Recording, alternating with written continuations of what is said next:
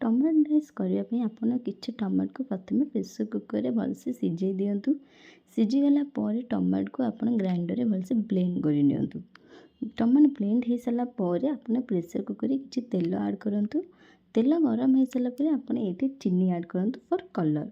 चीनीटा गरम हो सारापर आप जो काटी पियाज कंचा लंका तो आप ऐड करूँ।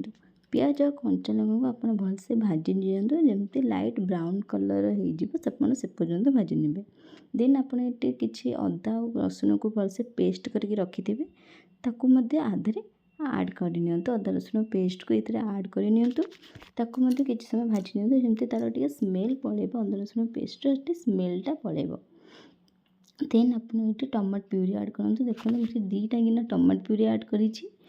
देन तादेह आप किसी हलदी गुंड आ चिकेन मसला ऐड करूँ।